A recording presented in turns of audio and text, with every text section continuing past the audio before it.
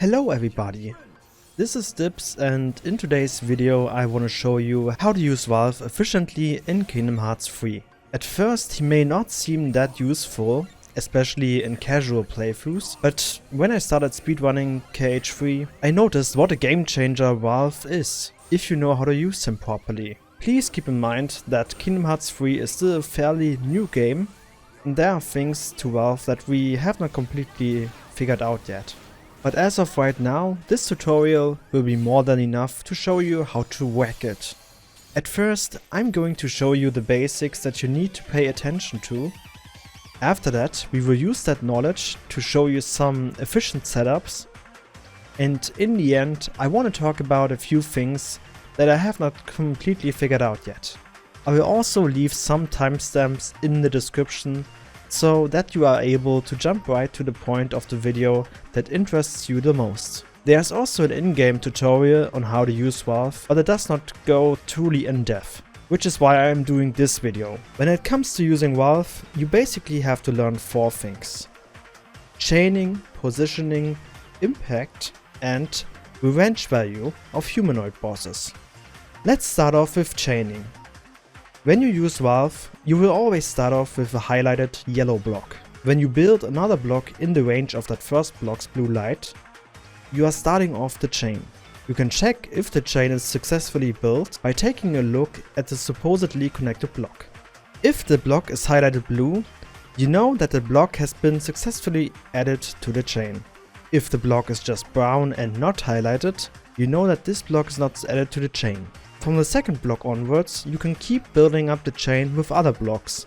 You just need to pay attention that they are getting highlighted via the blue lights that each block is emitting. Once you are finished building, you can press triangle for finish and the chain will go off.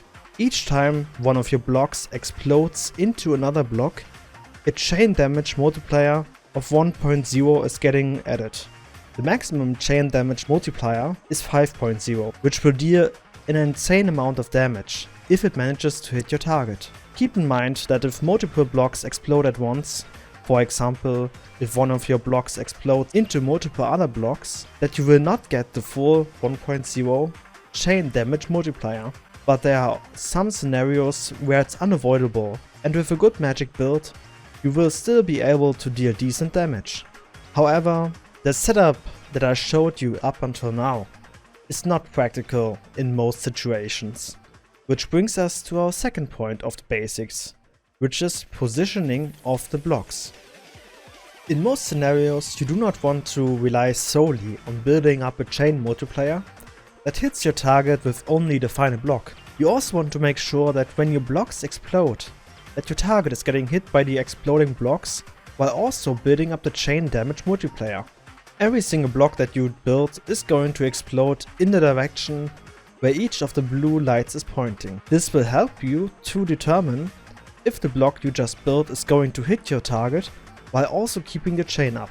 Additionally, keep in mind that when you press finish, that your target can also receive damage from the bouncing debris.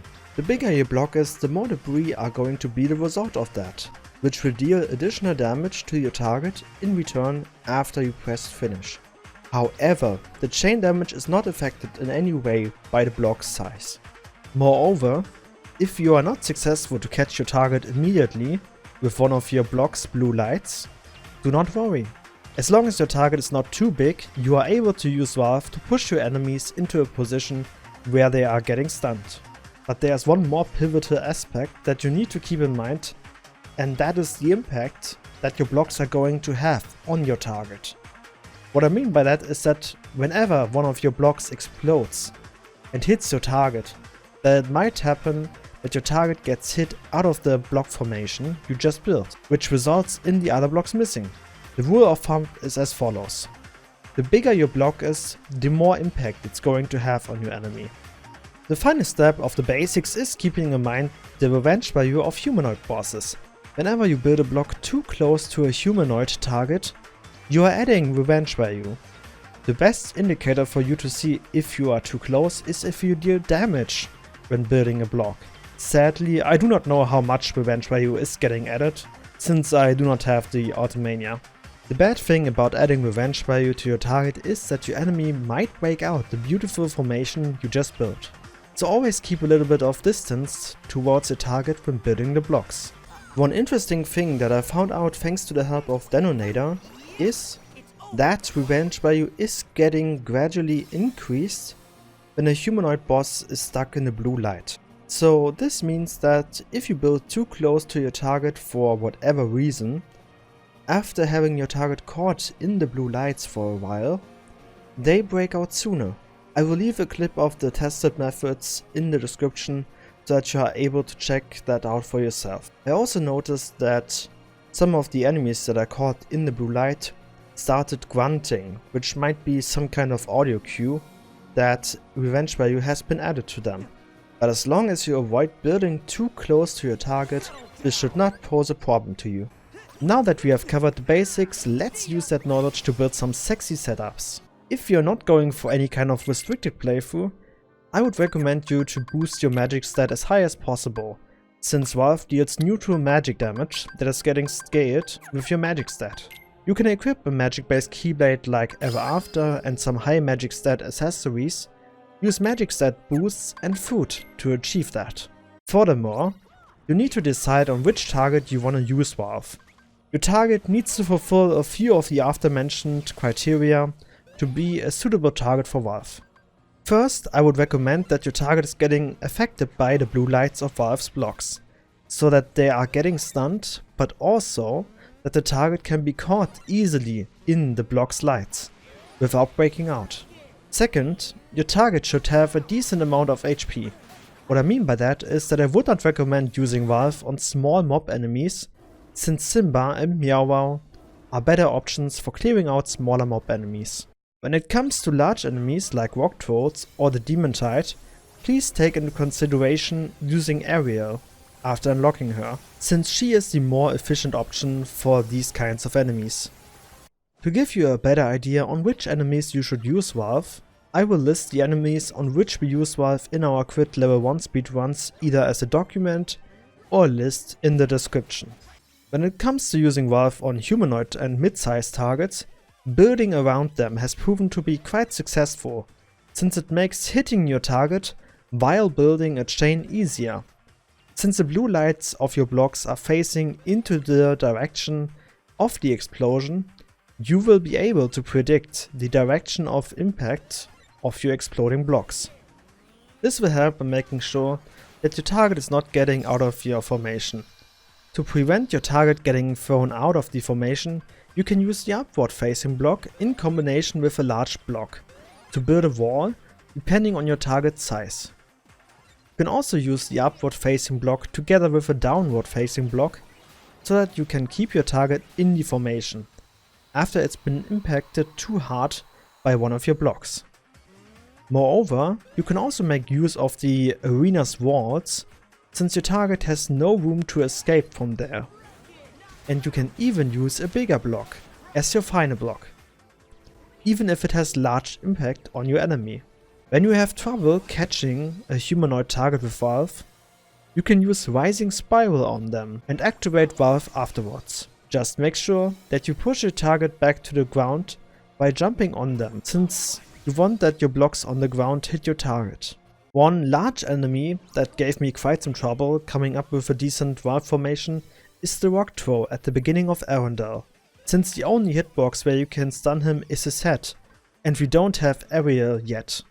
I like to start off with the upward facing block and jumping until I am at the same height of his head, where I am building a block that is going to stun him.